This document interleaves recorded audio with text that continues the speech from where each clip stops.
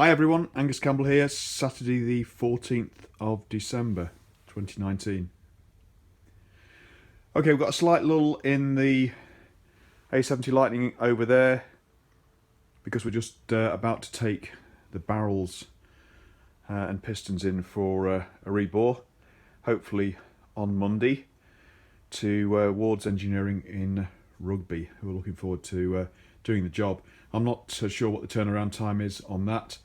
But in the meantime, there are a few bits and pieces we can do on the Lightning, and I might do a separate video on that tomorrow with respect to the clutch push rod, which I've now received, and a few other bits to potentially test the clutch. But for today, let's get back on the Fury, and we'll continue the strip of this first fit, so we can then prepare for the final build and get the bottom end into the rolling chassis, which is still waiting patiently on the bench here. Right, in the last video on this, you saw me begin to attack this, taking the timing outer covers off on the other side, and on this side the primary covers, primary drive. I'm going to try and take the gearbox out in relatively one piece if I can. So firstly, what I've already done is I've just taken the nut out of here, which is the nut that secures this, which is the quadrant spindle, and that's that nut there, which goes down on there and screws in once you've removed the circlip. So that's freed off the quadrant. What we have to do now is take off the clutch inner cover so we can remove the sprocket, and then we should be able to, with a bit of teasing and a bit of leverage on the quadrant, we should be able to pull the gearbox inner cover off here and bring everything out with it. Sorry you can't see it too well just there, it's all in a bit of shadow at the minute, but we'll show you a bit more of that shortly. The intention being then with this episode is to see if we can finish the strip, which shouldn't take too long, and then we can actually compare the cranks that I have, the more modern crank that's now installed in this, and I've got a couple of earlier cranks which are much different and the ones that provided all the problems originally. So we'll see if we can do a comparison of those. But for the moment, I'll get on here and remove that clutch inner cover and the sprocket, and we'll take it from there. Okay, cover off. That will have a gasket obviously on that surface when we rebuild, and this has already had a new oil seal put in there. Next thing, as you can see, there is the sprocket that this now gives us access to, and plenty of room. Oh, and just to say before I do that, with the first fit build, then we've got the tab washers in place, but we've not bent the tabs over, obviously, so we don't have to mess about with that when stripping either, and that applies to all the tabs, including the rotor one there and others too. Okay. Okay, final drive sprocket off, and on the other side, what I've done is remove the kickstart pinion here, and also if you can take a pin out the top here, and you can remove the selector quadrant. Sorry, the gear change quadrant, which is here, which gives you more room then to slot the screwdriver in here and lift up the selector quadrant here, this circular disc, and you can lift that clear of the selector nubs then, and you can begin to pull the inner case out with the you can't see it in there very well, but with the shafts, and that's what's beginning to happen here. So we'll just take this cover off, and then the gearbox will be apart. Okay, a bit of jiggery pokery, and gearbox out. What you're able to do is, from the inner cover side, once you've got the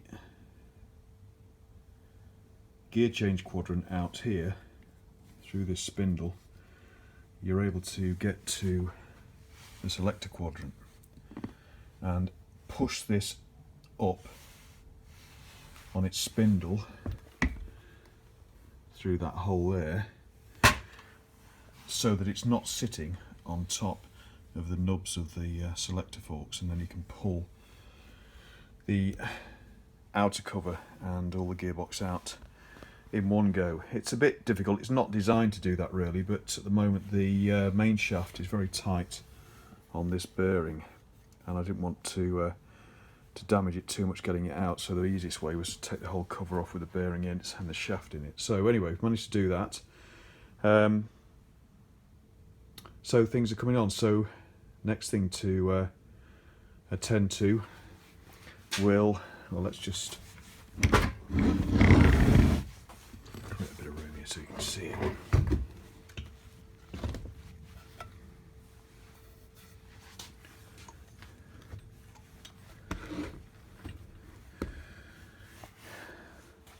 Underneath the oil pipes here, we've got all the oil pump side to take out, which is in there, and then we've got the shafts for the worm drive for the oil pump and the timing chain pinion, which is here. You can see the chain gear there, there's a pinion behind it, so we're going to take that out, and then we can split the cases.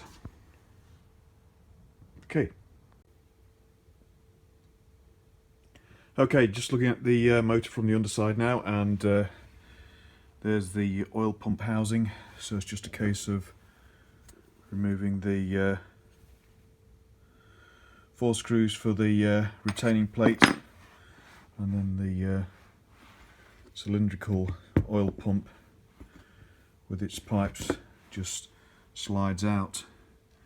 And the way the pump is driven is that it's slots into this circular drive here, which is the other end of the worm drive.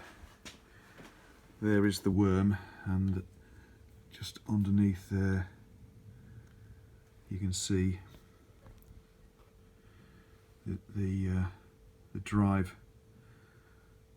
for the oil pump shaft, which also doubles as the drive up the other side.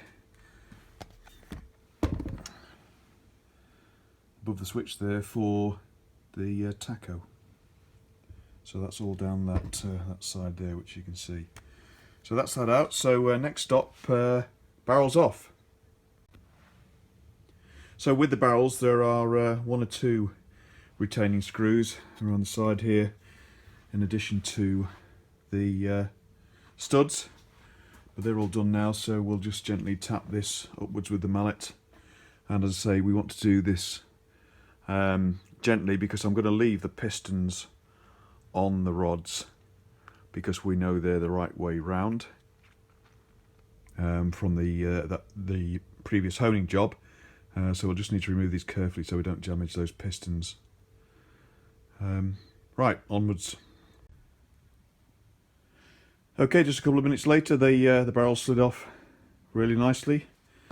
There they are. So pleased with that. And you can see a bit more clearly now in the bottom of the cam chain tunnel. You've got a helical pinion here driven off the crank for the cam chain sprocket, and therefore the sprockets rotate in the reverse direction to the crank. Right, so we're in a position now just to undo 2 or 3 retaining nuts and to gently prise the cases apart. Not prise the part. I don't use levers to prise these on the mating surfaces, so we should be able to just tap it apart. Okay, the cases are coming apart all right by hand, but I've forgotten about the fact that the distance between the 2 studs isn't going to clear the piston as we're pulling out that way from the we're looking at the front from the front here, so this is a right hand crankcase half is going that way. We'll get a clearance with the slot for the con rod, but we just need to take these 2 studs out, and in fact we need to take all the studs out at some point anyway, because these are soft steel, and what we'll need to do is replace them, get some made up from a harder steel so they don't stretch when we torque down. So I'll just remove those two studs and we'll take that right hand crankcase half away. Okay, there you go. That was easy enough. Right hand crankcase half off, and the crank piston still in the left hand crankcase half. So now we're going to just reposition that crank, take some more studs out, and then we'll just tease the crank out. Et voila, there we are, crank exposed. Easy enough to just gently tease out over the worm drives on the timing side. Two halves, crank, barrels, gearbox, basically the major lumps. So what I'm going to do is I'm going to end it there, because what we'll do is, in a separate episode that we'll do next on this motor, before we start to get the ultrasonic cleaner going and start cleaning everything up for final build, is we'll do a comparison of this final version of the crank versus what I have over here in that box there. Let's just remove that. And it's a little bit dark down there, but there are two early cranks which are totally different. One of which has its rods, which are totally different. As far as I'm aware, that's the there are. I do know of other examples of the early crank that are in existence, but as far as I'm aware, that's the only one that I know of that's got its rods installed, although one has been undone. So we'll dig those two out for the next episode, and we'll compare them with this one, and you'll just see how totally different they are. Okay, that's it for now, everybody. Some good progress. So we're not far off beginning the build, and what we intend to do is get the bottom end built up with the oil pump and then the barrels on, and then we'll fit the bottom end into the rolling chassis there before we then build up the gearbox, and all that can be done with the engine in the frame. I just will need to check that I can get the head on with the block, etc., already in the frame. I think I can. I should be able to, because yeah, we're talking about using studs, so we should be all right. But anyway, that's the plan. And thanks very much for watching, everybody. Thanks for interest, subscriptions, comments. Always interested in the comments, so thanks to those that have contributed this far, and I'll see you again very soon in the next episode. Thanks again, everybody. Bye-bye.